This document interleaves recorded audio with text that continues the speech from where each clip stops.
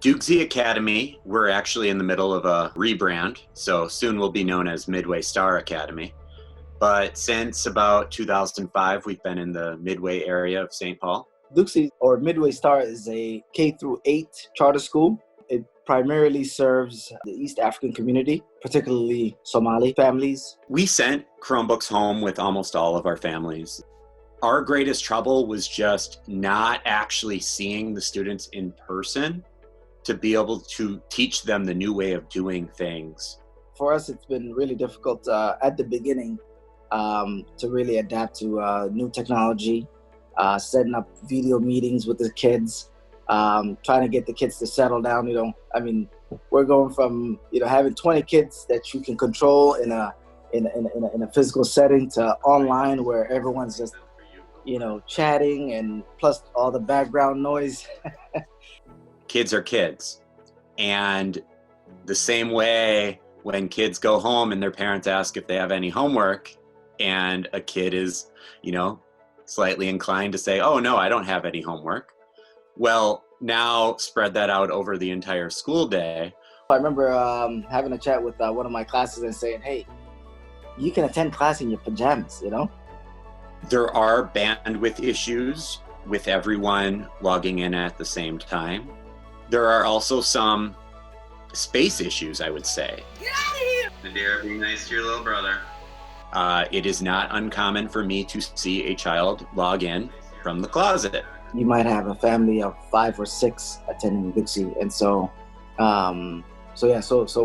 when everyone is doing that online learning, they're all most likely sitting at the dinner table, and so you can hear the conversations, but I think that the kids are really doing a great job of handling all that background noise. Having some siblings not that bad. It's not that different from having friends near you. You could play with them. I miss gym because with quarantine you can't go outside, so like in gym I used to run around. I can do a few jumping jacks and I can do a few push-ups or squats, but it's not that much when you don't have friends next to you helping you or you helping them. There's a lot of kids that actually used to get fed from the schools that might not get a 3 meal a day. Before, the kids would have breakfast and lunch at school, and so they only had to be at home for dinner. And so it can definitely be very challenging for some of our families, especially the ones that come from lower socioeconomic backgrounds.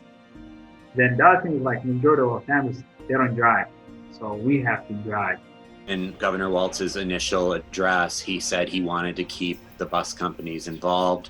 So now instead of picking up and dropping off kids, they were picking up and dropping off lunches. So the kids are really like it. We serve over 200 meals every day. So we serve 2:30 breakfast, 2:30 lunch every day. We created a system basically where teachers could assign paper assignments or send home books or send home school supplies or even Chromebooks. So that was very nice, keeping that line of communication open. To have that sort of normalcy of logging in at the same time that you would normally have class and seeing those same students you would normally see, that is very refreshing, actually. I had one 8th grader that was really loving, being at home. And then after maybe a week, he was like, hey, I miss you, man. So it's very understandable. You can only be around your siblings and your family for so long before you realize, hey, you know what, school wasn't so bad.